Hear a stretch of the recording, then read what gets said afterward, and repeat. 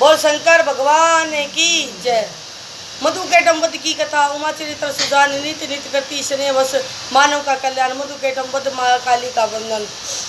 मुनि बोले ऋषि जी अब आप जगत की माता उमा का चरित्र सुनाइए। सूत जी बोले महात्मा पुरुषो अब मैं उमा चरित्र कहता हूँ, तुम लोग धन्ना हो उमा चरित्रों को सुनना चाहते हो।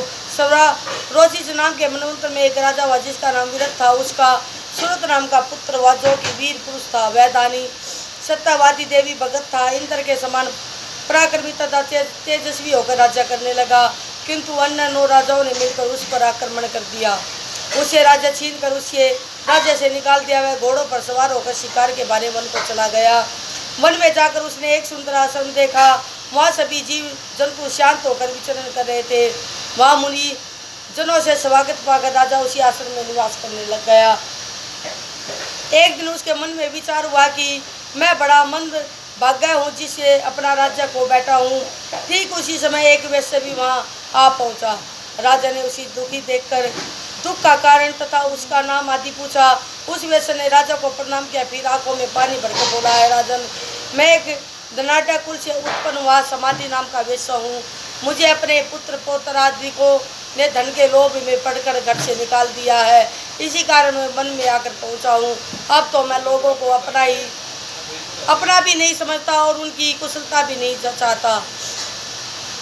राजा बोला, किंतु मेरा प्रेम तो मूर्खों की भांति कुछ न कुछ उन पुत्र पौत्रादिकों में दिखाई देता है।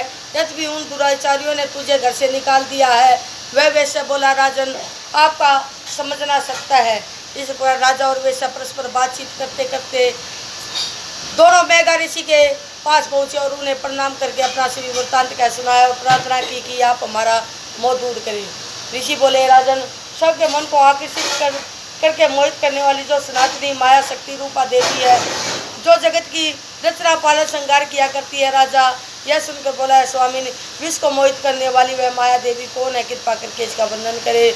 ऋषि बोले, राजन सुनिए, जिस समय प्रलय हुई तो योगी राज विष्णु शेष यहाँ पर योग निद्रा में सो गए। तब विष्णु के कान के मैल से 2 दैत्यों की उत्पत्ति हुई। मधु तथा केटम उस नाम से विख्यात हुए। उन्होंने विष्णु की नाभि कमल में ब्रह्मा जी को देखा और उसे मारने के लिए तैयार हुए। बोले तू कौन है? ब्रह्मा जी ने उस दैत्य को देखा। फिर विष्णु तथा परमेश्वर की स्तुति करने लगे। बोले, हे माँ माए, शरणागतों की रक्षा करने वाली देवी, इन दैत्यों से मेरी रक्षा करो, उनको बार बार प्रणाम हो। आप इन दोनों दुष्ट दैत्यों को मोहित करे, फिर नारायण को जगा कर मेरी रक्षा करे। मुनि बोले, ब्रह्मा जी की इस प्रार्थना द्वारा ही माँ माया फागुन शुक्ल पक्ष की द्वादशी को प्रकट होकर माँ काली नाम से प्रसिद्ध हुई और आकाशवाणी करके कहा कि है ब्रह्मा जी, तुम भय मत करो, मैं युद्ध द्वारा इन दोनों का वध करके तुम्हारी रक्षा करूंगी। इस प्रकार करके विष्णु जी के मुख तथा नेत्रों से प्रकट होकर ब्रह्मा जी को साक्षात उस देवी ने दर्शन दिए। तभी जनार्दन भगवान भी जग गए। उन दोनों दैत्यों को विष्णु ने फिर देखा। क्रोध में आकर 1000 वर्ष पर्यंत उन दोनों भाऊ युद्ध करते। उनके बाद माँ माया से प्रभावित हो मोहित हुए। दोनों दैत्यों ने विष्णु से बोले, विष्णु, तुम मन चाहा वर मांग लो। विष्णु बोले, यदि तुम वर देना चाहते हो तो यह वर दो कि तुम दोनों मुझसे मारे जाओ। यह सुनकर दैत्य बोले, जिस पृथ्वी पर जल दिखाई न दे उसी स्थान पर तुम हमको मार सकोगे। बहुत अच्छा। यह कहकर भगवान ने चमकता सुदर्शन चक्र उठा लिया और उन्हें अपने जंघाओं पर लिटाकर उनके सिर काट दिए। बोल शंकर भगवान की जय। 46वां अध्याय माँ लक्ष्मी अवतार कथा। महिषा दुर्दानु भया शक्तिमान प्रचंड, जाके दुर्गा ने करे अंग अंग सब खंड।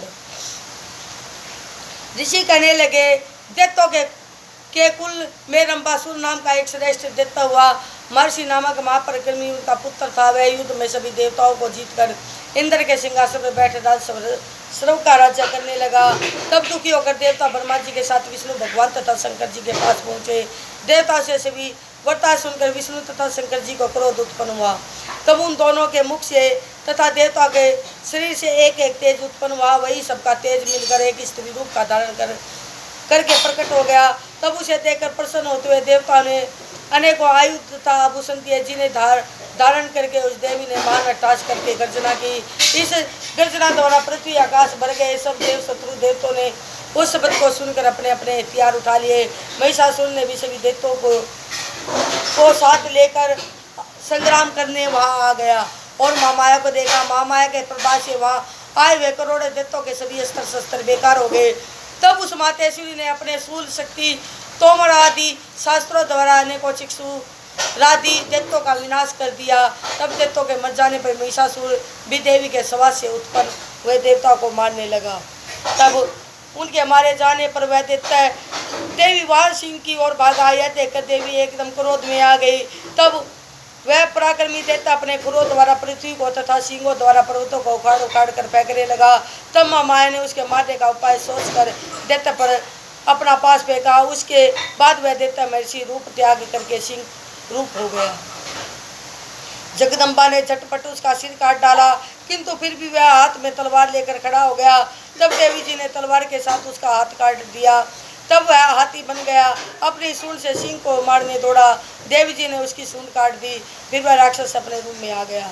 इस प्रकार के युद्ध से सब त्रिलोकी कांप उठी, जीव दुखी हो गए। देवी ने क्रोध में आकर दैत्य से कहा, रे नीच दुष्ट बुद्धि, तू व्यर्थ में ही मेरे साथ हट कर रहा है। त्रिलोकी भर में कोई भी मेरे सामने टिक नहीं सकता।